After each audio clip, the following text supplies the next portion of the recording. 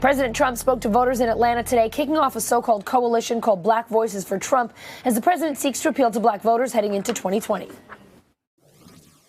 The Republican Party was the original home of African Americans, and now African Americans are returning. Tremaine Lee spoke to some black voters about why they're sticking with the president and prioritizing his policies over his rhetoric.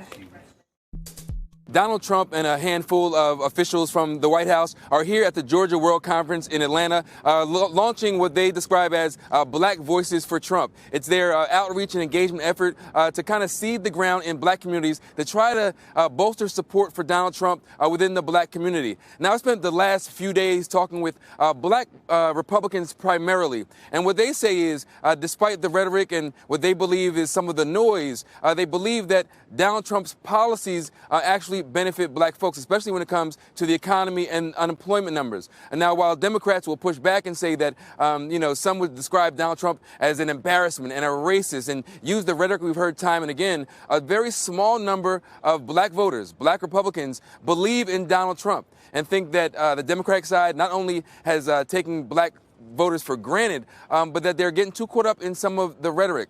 Now, today I stood in line with hundreds of other people, talking with them about why they're here, why their support has remained so steadfast. And there are some folks who voted for Barack Obama twice. There are people who have been Democrats for much of their lives who say that since 1960 or so, black folks have voted solidly Democratic, but not much has changed. So they said, even if they are racist, even if the Republican side has racist leanings, if Donald Trump is racist, none of it matters. What matters is actual policy, right? So they say that things have been so bad for black folks under Democrats, why not give Republicans a try? And so I've talked to folks over and again, and I even talked to some black men who actually voted 13% for Donald Trump in 2016. And they said for them, there is something appealing about this idea of masculinity. And some others said they believe in being able to defend their families by using the Second Amendment. And those things actually matter to them. I actually sat down last night with a bipartisan group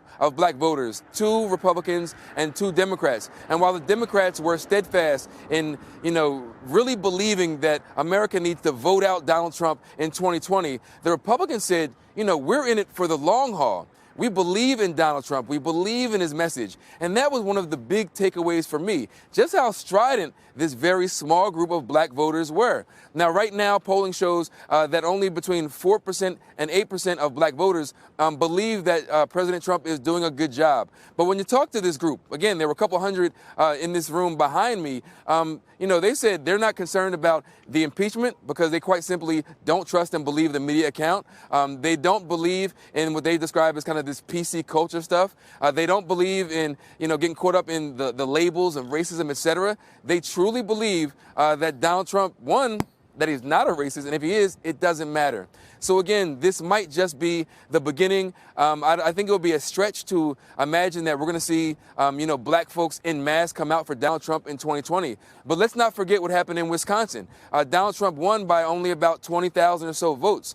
Black folks simply didn't come out because they either, lost faith in the system or didn't believe in Hillary Clinton. And that's a win for Donald Trump. When you look at the special elections we saw just this week, black voter turnout was down. So whether Donald Trump, picks up, 5 or 6 points, which would be a stretch, none of that matters if he gets 1 or 2 points above what he got in 2016. If some folks who were riding line in the middle don't show up because they don't either believe in the Democratic candidate or are receptive to Donald Trump's message, we'll see. But that could be a win.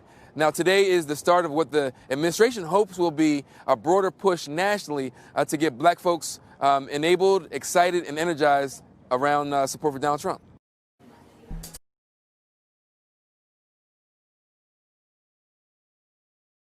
Hey, NBC News viewers, thanks for checking out our YouTube channel. Subscribe by clicking on that button down here and click on any of the videos over here to watch the latest interviews, show highlights, and digital exclusives. Thanks for watching.